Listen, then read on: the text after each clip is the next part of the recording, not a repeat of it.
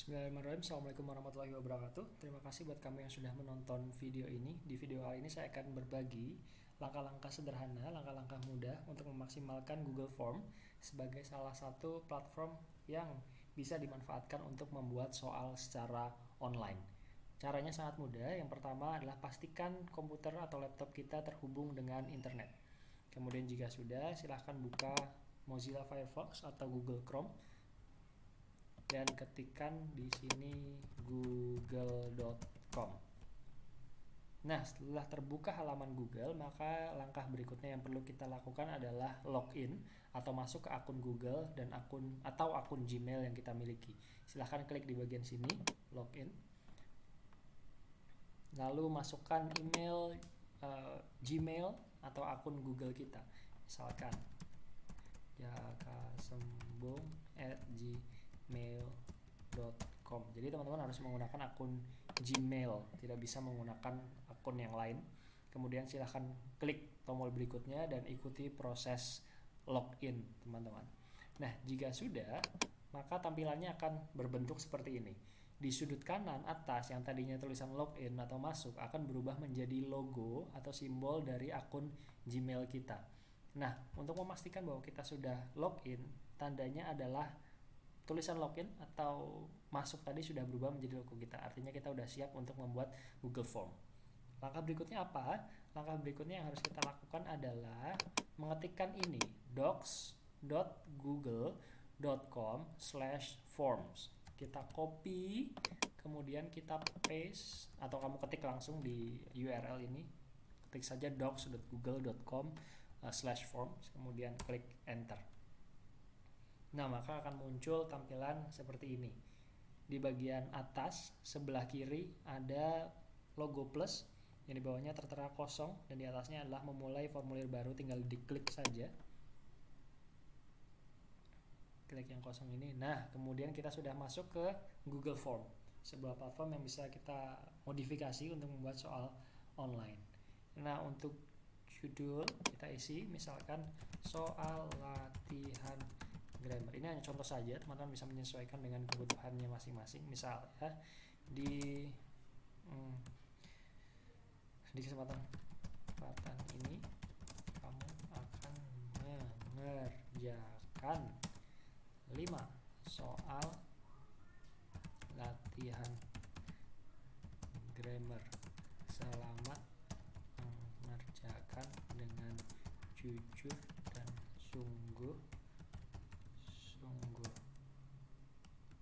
Awali dengan berdoa. Ini hanya contoh saja, teman-teman bisa menyesuaikan sendiri. Kemudian diklik di bagian sini sehingga formulirnya memiliki judul yang sama dengan judul yang ada di sini.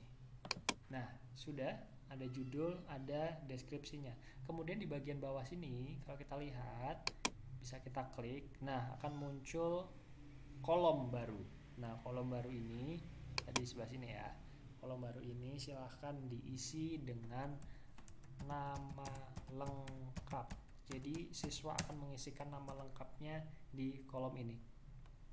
Nah, di bagian sini kita bisa melihat beberapa poin. Ada jawaban singkat, ada paragraf, ada pilihan ganda, ada kotak centang, ada drop down, dan lain sebagainya. Nah, karena kita minta anak-anak untuk mengisikan nama lengkap mereka, maka yang paling tepat menunya yang digunakan adalah jawaban singkat. Kemudian, nah, jika sudah, jangan lupa nyalakan tombol wajib diisi yang ada di sini. Ini kan masih berwarna abu-abu. Nah, kita geser saja ke kanan. Nah, pastikan warnanya berubah menjadi biru. Ketika warna berubah menjadi biru, artinya ketika anak-anak belum mengisikan kolom yang ini, nama lengkap, maka mereka tidak bisa lanjut ke bagian soal atau bagian berikutnya. Nah, jika sudah, data yang diperlukan ketika nama lengkap sudah ada di situ adalah kelas. Nah, bagaimana kita menambahkan kelas? Karena di sini kan hanya selesai nih, tidak ada formulir berikutnya yang bisa kita isi, tidak ada bagian yang berikutnya yang bisa kita isi. Nah, berikutnya tinggal ke kanan. Nah, di sini ada beberapa pilihan. Tambahkan pertanyaan, impor pertanyaan, tambahkan judul dan deskripsi, tambahkan gambar, tambahkan video, dan tambahkan bagian. Kita klik yang paling atas, tambahkan pertanyaan. Klik bagian paling atas. Nah, berikutnya kita ketikkan di sini kelas. Jadi namanya siapa sudah, kemudian kita pengen tahu dia ada di kelas berapa. Nah, untuk kelas kita tinggal pilih di sini ada menu drop down. Drop down kita pilih, kemudian opsi 1 kita pilih kelas, misalkan kelas 7A atau kelas 5A. Nah, kemudian yang di sini kelas 5B. Lalu kalau kelasnya ada 4 ya berarti 5C. Kemudian 5D dan seterusnya dan seterusnya.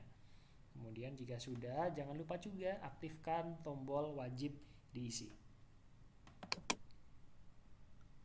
Nah, jika sudah, kita akan memunculkan satu lagi data yang dibutuhkan selain nama lengkap dan kelas. Kita di sini isi token.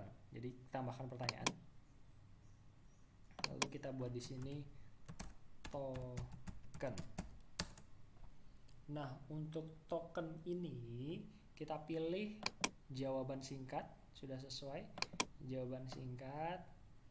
Lalu kita nyalakan tombol wajib diisi, dan kita perhatikan di sebelah tombol wajib diisi di sini ada 3 titik vertikal. Nah, 3 titik vertikal ini kita klik, kemudian kita pilih yang validasi respons. Kita klik yang validasi respons. Nah, setelah diklik yang validasi respons, maka di sini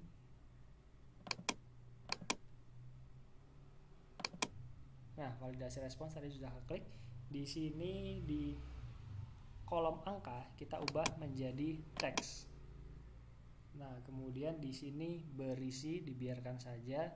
Nah, teksnya atau password yang kita inginkan kita tulis di sini.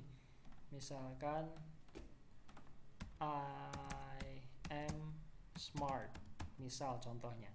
Nah, teks kesalahan khusus adalah ketika anak-anak mengisikan token yang tidak sesuai, maka teks ini akan muncul. Kita ketikkan saja, maaf, token yang kamu masukkan masih salah. Coba tanyakan kembali kepada gurumu ya. Nah, sudah. Jadi itulah bagian pertama dari pembuatan soal online, yaitu bagian judul, bagian deskripsi, kemudian nama lengkap, lalu ada kelas, dan juga ada token. Lalu yang berikutnya kita akan bukan lagi menambahkan pertanyaan, tapi kita mengarahkan siswa untuk masuk atau lanjut ke halaman berikutnya, yaitu halaman soal. Jadi teman-teman tinggal klik di bagian sini, tambahkan bagian.